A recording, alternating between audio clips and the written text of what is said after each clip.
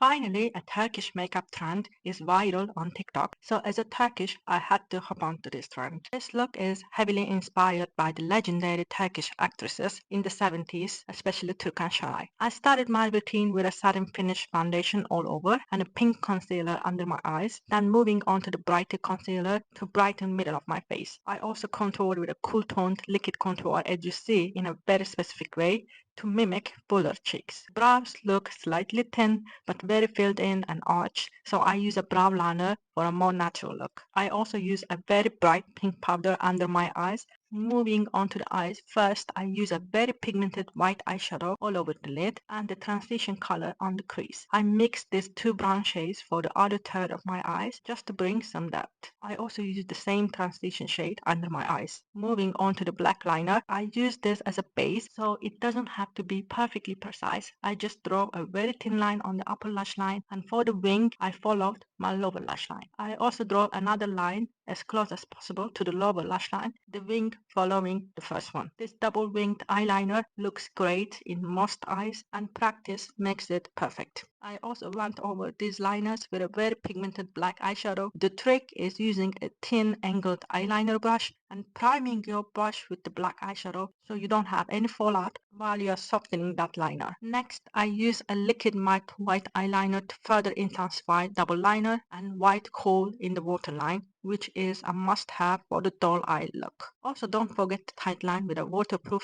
black gel pencil to get that extra black lash line. I curled my lashes and applied a very volumizing black mascara, both upper and lower lashes, and applied very natural individual fake lashes, which you can skip if you are blessed with beautiful long lashes. I also used a matte blush first on the outer corners of my cheeks to add dimension first, and then a baked shimmer coral blush on the apple of my cheeks. I also added beauty marks with a freckle pen and added a highlighter balm onto the cheekbones. For the lips, I wanted a more dimensional look, so I used two lip liners, the lighter one to slightly overline the top and the bottom lip, and the darker one to contour the edges. You can already see it creates so much dimension. Then I applied a coral lipstick which has a lip mousse texture, creates a perfectly blurred look. And I finish off with a shimmery gloss. This was such a fun look to recreate. I love vintage makeup looks. I hope you like it too.